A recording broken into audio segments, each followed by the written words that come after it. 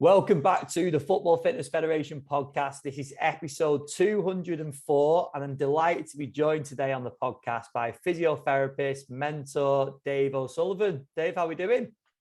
Hi, Ben. Thanks for having me. Great to be here.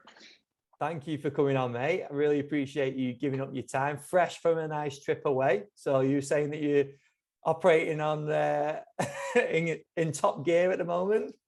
Yeah. Just had a lot of coffee again after coming back from holiday. So yeah, I'm on 3 cups a day at the moment. So yeah. Perfect. Dave, I've got loads I want to cover with you, but just to start with, can you go through in traditional podcast style a little bit of background? Yeah, so I suppose my background's predominantly been rugby, since, full disclosure, since I've kind of come out of university.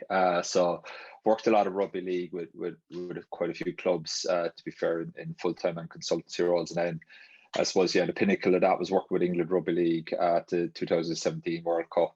And then kind of followed, then shifted into union. So I've worked on a consultancy role with Leicester Tigers, and then also with England Rugby Union for the 2019 World Cup. So that was good. So yeah, kind of claimed the fame as being involved in 2 World Cup finals that we've both lost. So I'm probably the unlucky charm, yeah, even though I'm Irish. So yeah, that was good. And then I've got a private practice in Huddersfield up in the north of England, and yeah, I mentor physios as well on the other kind of side of it, so the kind of clinical side and the academy side. So yeah, quite a bit going on. Brilliant. So what's the reason now for working privately, Dave? Why did you take that pathway, or was that something that sort of naturally came about? Yeah, I'd always kind of done bits on the side of people always asking to see. So when I started out at Leeds Ridos, I was myself and a couple of other guys, we set up a clinic. So like there was one in Leeds, one in York, one in Huddersfield, and I always kind of took the Huddersfield clinic, and then when I went back to Ireland to work with Munster, we kind of went our separate ways, and I kept the Huddersfield clinic. So it was something I always just built up on the side. And then 2015, when I was with Huddersfield Giants, my second daughter was born, and it was like, okay, I kind of want to come out of full-time sport. So then I was like, right, I'm going to put a bit more time into the clinical side of it, or the clinic side, and then built that up a little bit and get some more physios on board. And then I've always kind of found myself gravitating back to professional sport, to be honest. So I was kind of freed myself up then to going into teams on a more consultancy basis. So kind of get the best of both worlds without the day-to-day time constraints of professional sport. Yeah, it's a lot what people talk about, isn't it, when they come out of it full time, just missing that contact time. We've spoke a lot about sort of S&C coaches, more specifically going into the private world and maybe having like different opportunities with players because of the fact that you're one-on-one or a very small group with a player and you're not dealing with all the other teammates. So is there anything that you feel that is different as a physio working with a player, or is it similar because it's kind of similar to club anyway? Oh yeah, it's all exactly that. It's the same for us. It's just the time. Like I'll always, if a player comes to me privately, I'll always be empathetic to the professional teams, physios, because you've got a squad of, and especially rugby, it could be up to 45 players between a few of you, and you could only give players so much time. Whereas in the clinic, the players got your full attention. You've got, an hour or whatever you're going to take with them, and they kind of feel a bit more special, or like they're getting that attention. Whereas in sport, you're just juggling players all the time. You have to prioritize who needs to be able to train today. You have to see them, so another player might feel like they're not getting attention. So yeah, that's a hard juggling act in professional sports. So as you said, when you get private, it's they feel probably a bit more looked after. But it's, as I said, it's just chalk and cheese into the professional day to day for the full-time physio. Real. And with your approach, obviously going into more of the private sector as well and having the clinic, I was interested to hear like how you feel your approach has developed across the years, whether that's like practically on a day-to-day basis, or obviously you've touched on a little bit how you work. But is there anything else that sort of stands out in terms of how things are developed? Yeah, like I kind of openly say I actually found it a lot harder in private practice than pro sport, to get results at the start, because in private practice you can only see the player for like, or the patient for maybe a half an hour once a week, whereas you have a bit more control and a bit more time with the players in professional sport. So I actually struggled quite a bit in private when I first came out of it, and prioritizing exercises, because you could only give them 2 or 3 things to do between sessions, and you had to be quite quick with your hands on and make it count, I suppose. So I think that was the first thing. But what I've actually done since I've got into private practice is I've used the pro sport approach. So, and I mentor actually quite a few strength coaches as well who work with people in pain. And I think that's starting to get more popular now, isn't it, as well, where S&C coaches are helping a lot of people in pain. I think there's a great opportunity for those kind of rehab conditioners, more and more in pro sport as well. But I think the key thing that I've certainly changed is I've set expectations in the first session and saying, look, this is probably going to take 5, 6, 7 sessions, as opposed to trying to be a hero and fix it in one session. Because I just don't think it's possible, if I'm being honest, if you really want to expose athletes and patients to the stimulus that they need when they go back on the field or in real life. It's going to take a graded exposure. You can't do that in 1 or 2 sessions. So I think I was quite naive at the start, thinking I could help everybody in 1 or 2 sessions, whereas nowadays I'm a bit like, okay, let's have the difficult conversation and go outside the comfort zone in session 1 and actually set realistic expectations for the patient. I think I'm getting better at that, rather than letting your ego kind of take over. That's really interesting, actually, because it's one thing we talk about in the private sector, is that you have this time with a player more on a more one-on-one basis, but then we're disregarding a lot of the time in a full-time role that might not necessarily be in the gym or actually working, but there's a lot more contact time with them, isn't there, in a club, whether that be eating or passing in the corridor or whatever it is. So you're taking all that away, isn't it? So it's something that I've not necessarily thought about so much before. Yeah, it's I've worked quite a bit with teams where they'll send a player to me, and I think it's that integration. This probably is more relevant to this your audience as well, but it doesn't work unless we get the pathway from the physio to the S&C and that return to play pathway right. And then what they're doing in the gym has to complement what I'm trying to do with the players, and what they do on the field has to complement what we're trying to build. So really the physio is the start of the journey, but it's that transition between physio and S&C to get them to the return to play stage. If you don't get that right, it's very difficult. And that's why I'll if a player comes to me, I'll always encourage them to let their physio know and try have a conversation with them or their S&C guys so that we're all on the same page. Because the last thing I want to do as well is undermine the club physio and stuff like that, because that's just a can of worms then. And if they don't understand what I'm trying to do, their natural defense is up, and it's like, oh, that's a load of shit, or you get into all of that kind of crap. Then so I think everybody needs to be on the same page. Otherwise it's just a mess trying to because ultimately you want to give the best to the player, but as I said, I think ego is getting in the way at times, including my own. As I said, you can kind of catch your ego kind of coming out a bit. It's interesting you mentioned about the job roles before as well, because obviously you see more jobs coming up, like a rehab fitness coach, rehab coaches, rehab conditioners, or I'm sure there's many other titles. But I wanted to speak about that in terms of, I try and get away from speaking about traditionally, especially in football, where there was an injury and you sort of go doctor to physio, and then you eventually be passed on to maybe a fitness coach, if not just then put back into training. Because I think a lot of coaches now are working cohesively, aren't they? There's definitely a crossover. But you've just talked about that importance of that crossover, that transition, and I suppose working together as a team. So when we're considering that, if there's coaches listening in that sort of, maybe in one of those roles, what are some of the most important ways of, I suppose, operating in those roles to make sure they're getting the most throughout the rehab process? Yeah, like for me, it's a tricky one. I think it depends on the type of physio that you're working with as well. I think there's a lot of traditionally trained physios where it's like, okay, just look at the site of pain and let's load the area and that's it. Whereas I suppose my approach is slightly different in terms of I'll always work back from where we're getting them to. So like, at the end of the day, they need to get out onto the field. They need to decelerate. They need to change direction. They need to accelerate, do all of this thing. So for me, it's trying to get the graded exposure from day one so that we're getting everything working together, whether that's like the soleus, the hamstring, the hip, the quad, all working together, core contractions around the knee. we can do all of that stuff that's going to replicate the high-end rehab from day one. So it's trying to get all of that stuff so that the brain feels all of these things happening from day one. I think the more S&C and kind of rehab guys can understand that process, as opposed to, okay, as you said, the physio sees them and then it's just, here you go. I think if we can interlink with that, and there's a lot of good strength coaches doing some really good stuff now, I think, in those roles. And I'll joke, like a lot of them want to be physios, or they some of them always think they're physios, and vice versa these days, and it definitely does blend in. I'll take the piss out of a few of my mates in these kind of roles, where they always want to start hands-on treatment now and stuff.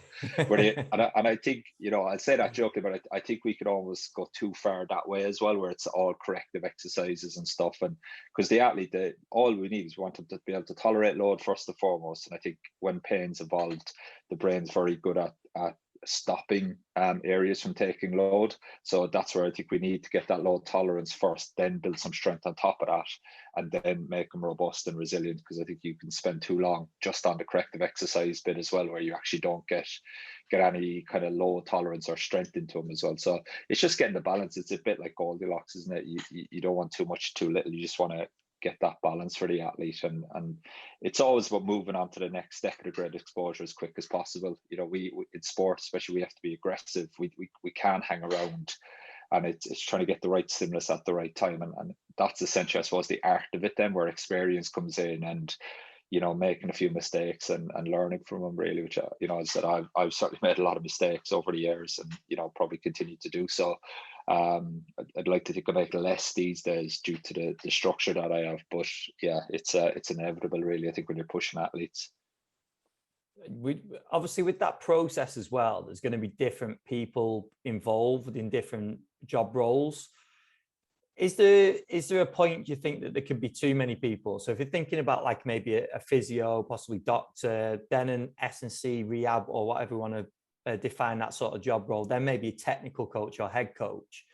If it then extends past that in that rehab process, you think they can get to a point where it's too many people, too many opinions, or what's your opinion on that? Yeah, definitely. I think one of the big things, like if I ever go into a team, and I've been in roles where I come in as a kind of a consultant and mentor the physios and stuff, and one of the first things I try to do is have accountability.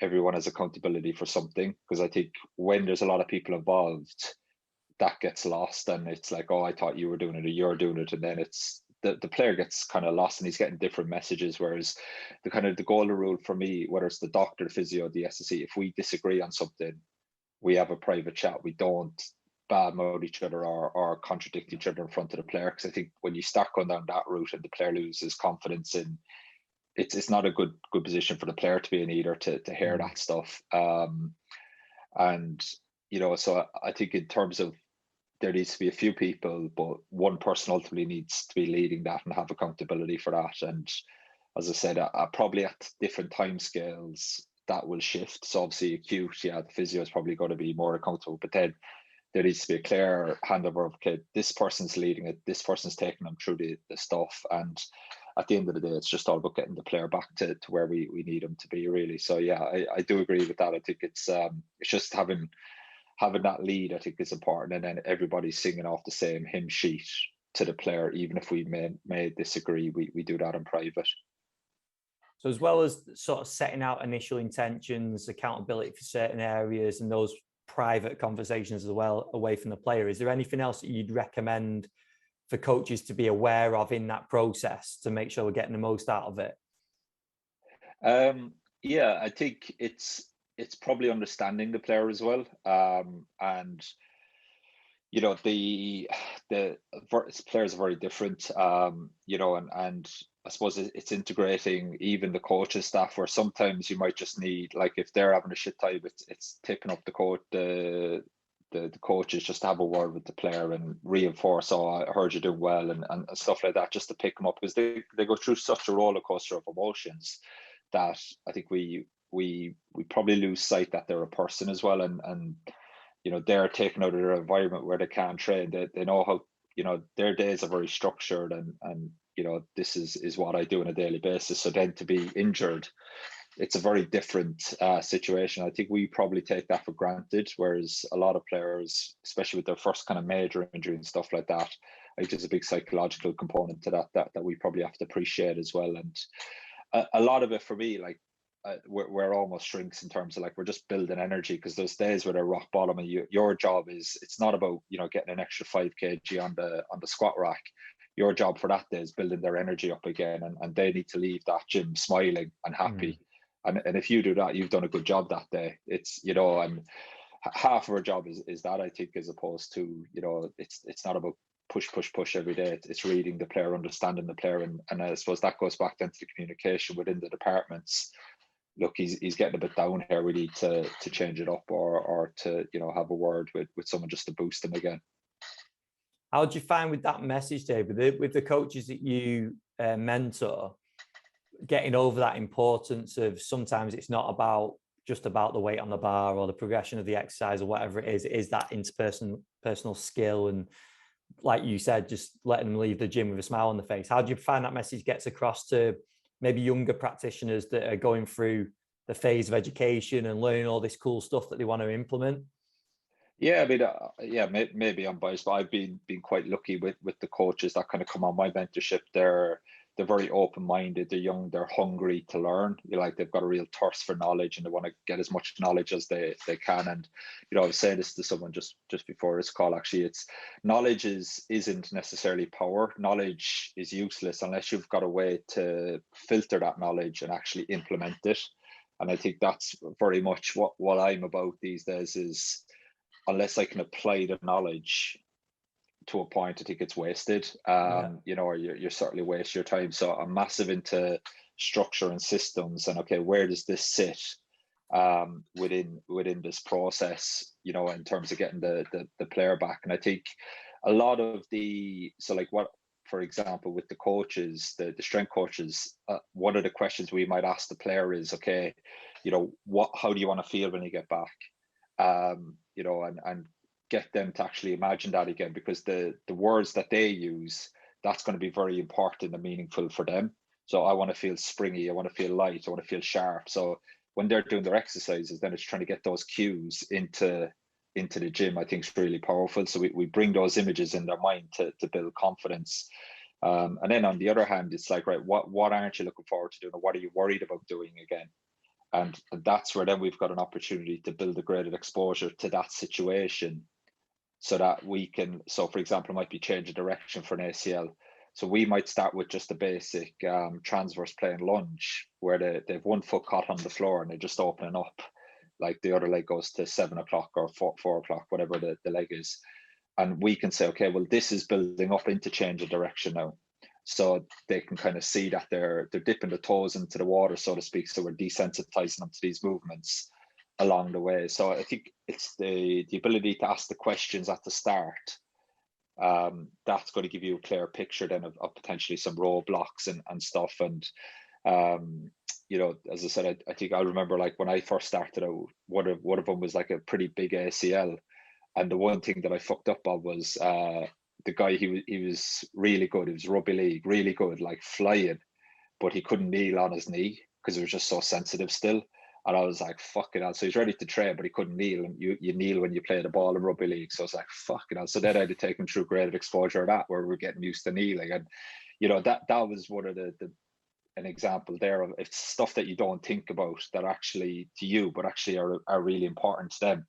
You know, I don't like anyone touching my knee or my scar and stuff. And straight away, that's a big yellow flag to me there, that, okay, well, there's some sensitivity still there that I need to address. So I think it's just looking at the whole person. As I said, their doubts and worries, very often it's the last thing you expect you even think about, but actually it gives you good information then to build that stuff into your rehab program that you would have missed. So I'm big into asking questions at the start and really understanding their concerns, their attitudes, their beliefs, because that's stuff that we might need to actually work on as well. So it's quite an holistic approach, I suppose. Yeah, that psychology side of things is massive, isn't it, in that process? And like asking those questions that you just mentioned there, I think are great, aren't they? Because they give you such good answers and tap into how they think. And like you said, the language they use is so important. Yeah, it's like at the end of it, it's just like there's only so much we can do with the player. It's about building their confidence and trust. Mhm. And I think they need to trust you, they need to trust the plan, but most importantly, they need to trust themselves. So yeah, it's just a big part of us is people skills and building the confidence in the player. And I've got a phrase that I've picked up from somewhere. It's like there's two people in life, to give you energy or take your energy. And I think we all have these players in clubs where take your energy and shit like that, and it can be challenging. But very much I see my job is to build energy, give them energy, and build the confidence within themselves then as well. And I think that's a massively overlooked part of the actual process, whereas you can get so, I'll take the piss to S&C coaches. You boys love an Excel spreadsheet. I fucking hate the things. But we can spend so much time on the computer, like building out these really great stuff. But actually, if you look up and chat to the player, it's you'll pick up so much information as well. Yeah, that to be fair, that is echoed in a lot of podcast episodes that we've done. Whether that's coaches actually admitting that they need to be doing that a bit more, or whether that is just something that they're noticing, like there's definitely that's what it comes down to at the end of the day, isn't it? On that, Dave, as well. Obviously, we talked there about getting players back onto the pitch, back being able to be selective and play.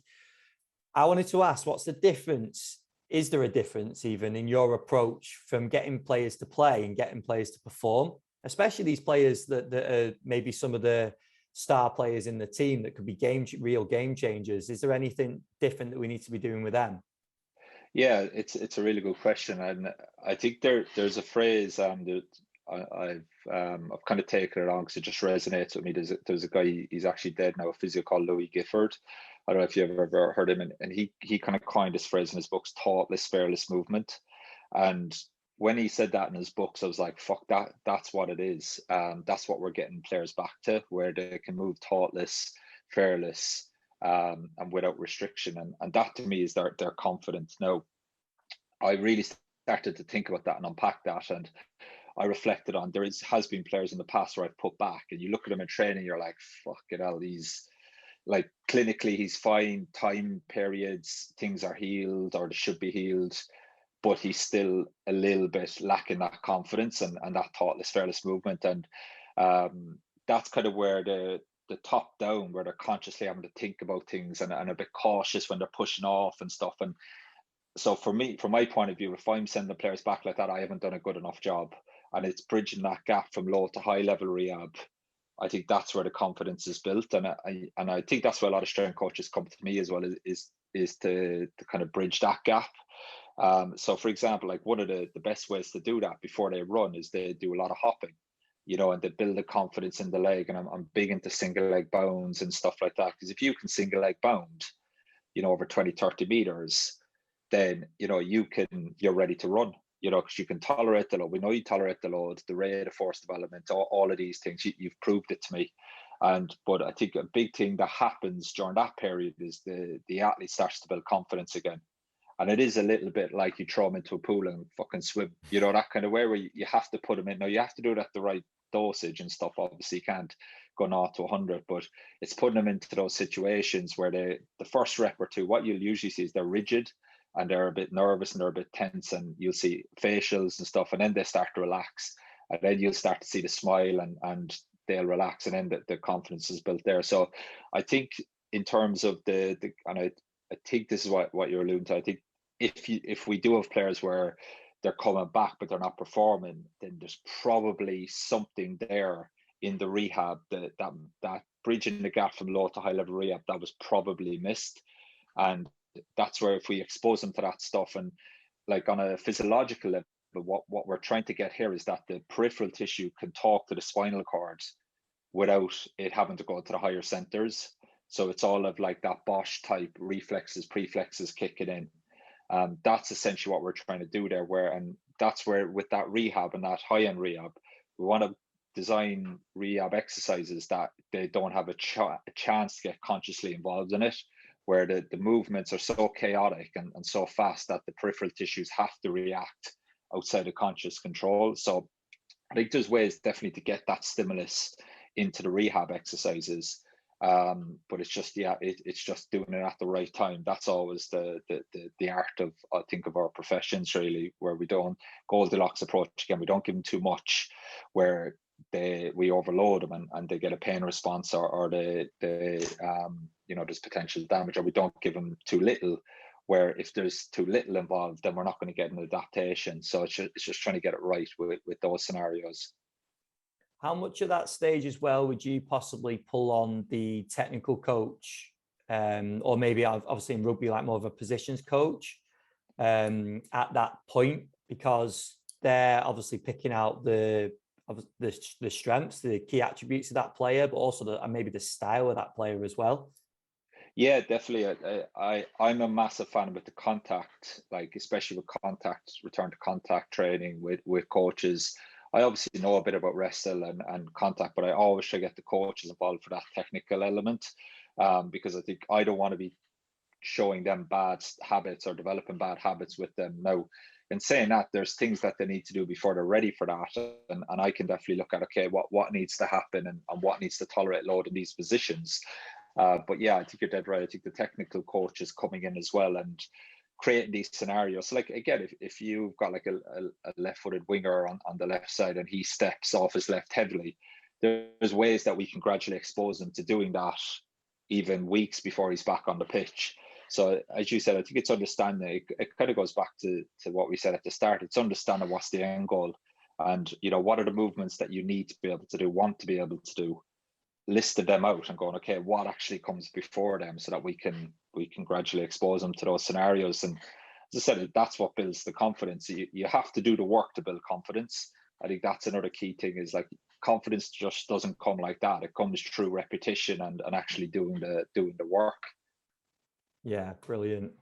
Dave, this is a bit of a change of gear, change of path on the questions, but this was actually sent in by someone on email around social media. And obviously social media gets good and bad raps from people. And basically they were asking around how coaches, practitioners, physios should use social media for themselves to build like a profile and to show their work. And I was like, with you coming on the podcast, and I'm not just saying this because you're on, but I've been on your social media, like especially Instagram, the last few weeks, and the way you put things across, it's precise, you're getting the message across, it's really clear, it's showing the work that you're doing.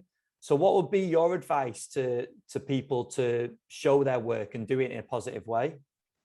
Yeah, it's a really good question. I think it's dangerous, and I think if you're going to do it, you have to protect your mindset. And straight out the door, you're going to get shit. You're going to get negative comments. You're going to get fucking people emotionally reacting who's having a shit day, and they're comment. And that was hard for me to take, because I'm at this online stuff now. I started probably a bit early with. I'm probably 7-8 years in now, and it really bothered me at the start. But now, it's like, fuck, my missus was like, actually the other night, she was scrolling and she was like, oh, who's this guy? He said, bore off, Dave. I'm like, fucking no idea. And like that would have really pissed me off like 5 years ago, whereas now, like, you expect it. It's like, all I see now is, if you've commented on my thing, you've ranked my engagement up. Thank you. Yeah. So I think you have to protect your mindset first and foremost. There's always someone that wants to disagree with you, and there's always going to be someone that's going to want to watch that content, and they're looking, and the reticular activating system is set to finding something that you said to pull you down. There's a lot of people just want to pull people down these days. So I think once you understand that that's inevitable and that will happen, then I think you're good to go. And it's fucking not nice. Like, I'm used to it now, but it's still not nice when someone criticizes you. It's human nature. So I think there's that side of it. I couldn't give a fuck these days, to be honest. Now, as I said, like, I'm not on Twitter much anymore because I just fucking think the thing's toxic. Instagram and stuff. So my approach with that is, and it kind of goes back to knowledge is useless without being able to apply it. So the content that I put out there, I always try to put it out in a way that will help therapists take that content, or strength coaches take the content, use it, and get a win. So that's my approach. So I think there's a lot of people out there these days that can be controversial, and they can sound great in theory, but it's like it almost ends you going, right, what do I do with that information? So kind of show me rather than tell me. And I think they're usually the clinicians that, or a coach that you put them in front of a team and they just melt, they would just melt in front of them. And I always try to, as I said, show stuff that's relevant to the real world and stuff that you can use, as opposed to just putting something up there for the sake of it, or trying to sound smart. And I probably did, when I started off, I want to wow people and all this, whereas actually these days I'm just keep it simple, put content out there that they can use, give them snippets, 60-second clips that they can just take that information, they can apply it, because then you're helping people and you're actually giving value, as opposed to, as I said, just putting something up there for you to sound smart, as opposed to actually helping people. That's always been my kind of philosophy and approach with it, because I think, as I said, I think sometimes you put information up and there's a lot of physios now, and they're afraid to touch patients because there's this whole message around we're not allowed, it causes patients to be passive and stuff, and that is true to a point, but that's like throwing the baby out with the bathwater. So it's just, and I think that's probably the other point then is, as clinicians and coaches on social media, it's understanding where this stuff fits in your system, so looking at information, taking it with a pinch of salt, and then going, okay, how can I put this into my own structured system and my own approach? And I think if you've got your own approach, your own philosophy, and then taking bits and adding to your system, I think that's a really good way to use social media. And I always say this to my mentorship therapists, is the most dangerous thing you can do is see an exercise on Instagram and use it tomorrow, without actually understanding where integrated exposure, where's the player, is he ready for it, what's the next progression, and I think it's that kind of instant gratification these days. We just want that magic exercise, and I promise you that magic exercise isn't out there, because you have to gradually expose them, because you're playing with a nervous system, you're not playing with just a muscle. Sorry, I've gone off on a tangent there with that. No, I think that's great advice, and it's something that I take from yours as well, is that like a 60-second clip can be super, super beneficial for people. And also, I think the snippets and you working with people might seem like, oh, I'm just doing what I do on a day-to-day basis, but there's so much you learn from that. Even the way you engage with a client or a player, you're learning a lot, aren't you? You're not just learning an exercise or a way of working. It's all about giving that little insight into how that interaction works. And I've watched a lot of yours where you get what you've talked about already, a lot of feedback from the player as well. And even that, like in your own head, you're sort of thinking, well, how would I then amend things from what they've just said? So I think there's so much in that, isn't there? Yeah, I think I'll always try, whenever I can, show me treating, because I think that's so important, to actually walk the walk as well as talk the talk. So I think actually you coaching players, you doing things, I think so important. Whereas all the kind of the gurus out there are telling us how you should be doing things. It's like, okay, well, show me, don't tell me. That's kind of my philosophy. And as you said, I'm trying to put more content out there where if I do treat people, they agree to me, videoing them and stuff, because I think that's the best way, where you can pick up these little things that I probably do automatically now that you probably don't realize you do, but someone can pick something up like that. And it's the same with coaches. When I watch coaches, or even at Louis Gifford's books, I'm reading his stuff. It's like, yeah, I'm going to rob that. I like that. I like the way he's done that thing. And I think it's those little bits of actually real world experience that they're just invaluable, isn't it? As opposed to just, well, it goes back to, you can read all the books in the world, but actually getting into an environment and there's a person in front of you, it's a completely different scenario usually. Yeah, 100%. Just on that as well, Dave, if people are looking to tap into that and get their work out there, in terms of like time, I'm not expecting a specific amount of minutes spent on it or anything like that, but just generally, obviously we don't want to get caught up in the trap where we're spending all of our time making these amazing videos and forgetting about the sort of groundwork that goes into whether it's being in a clinic or a club or whatever it is.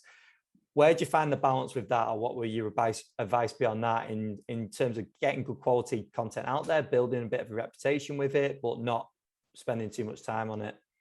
Yeah, I think there's ways, like I'm in a bit of a different situation now because I've got a videographer on our team and stuff. But like when I started out with the mentorship, I recorded all the videos, I edited them, I done everything, built the websites, everything. So I kind of, I think it's the work ethic almost. Like I was getting up at like 5:30 a.m. I remember I had a green screen in my garage. I look back at those videos, I cringe. They're fucking awful.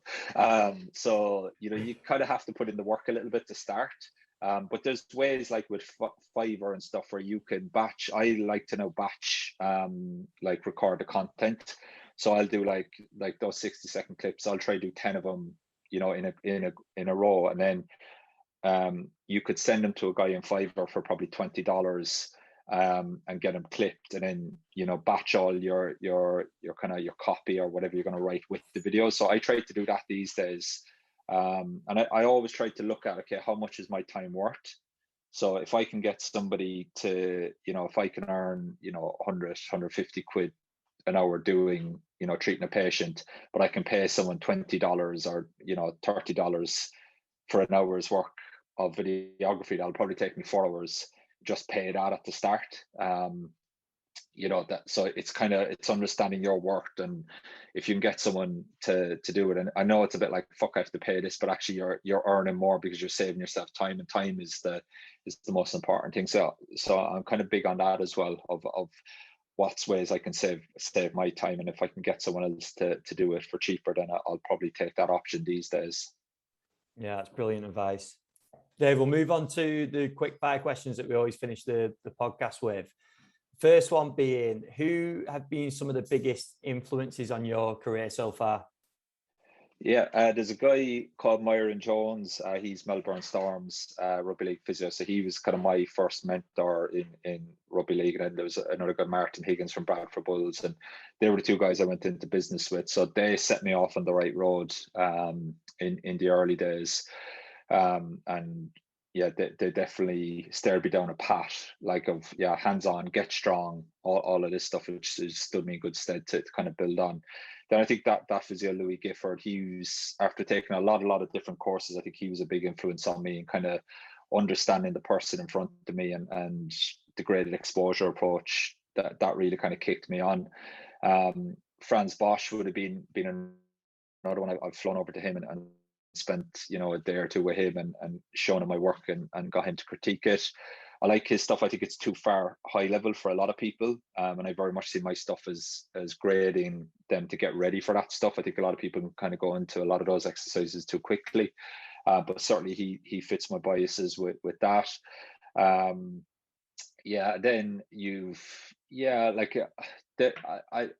like Shirley Sharman was one, diagnosed with movement impairment syndromes, but actually, when I get a bit more experience, I kind of look back and go, yeah, I probably don't agree with some of the stuff she's saying, but I think she was still very good. So I think it's kind of ebbs and flows, really. You look back at some stuff, you go, fuck, was I really doing that, or did I really think that? But I suppose it's just all part of your evolution, really.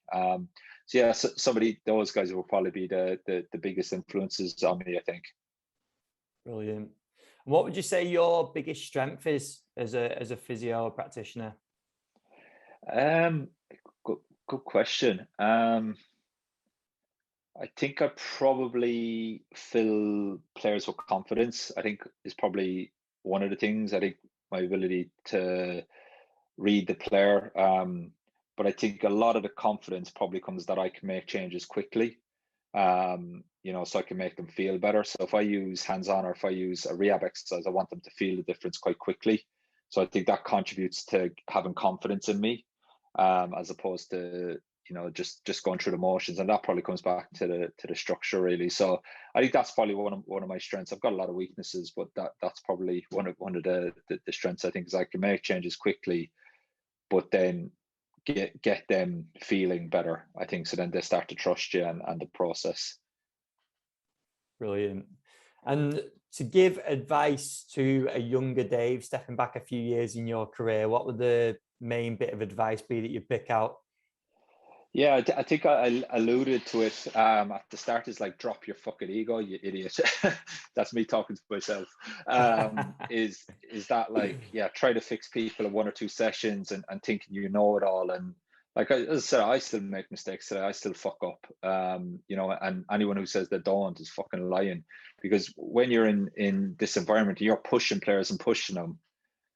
it's inevitable, you know, and if you're not making mistakes, I'd say you're probably not aggressive enough. So it's just trying to get that balance. So I think, yeah, I think it's, for me now, it's much more of a nervous system problem as opposed to just strength or just hands-on and scar tissue.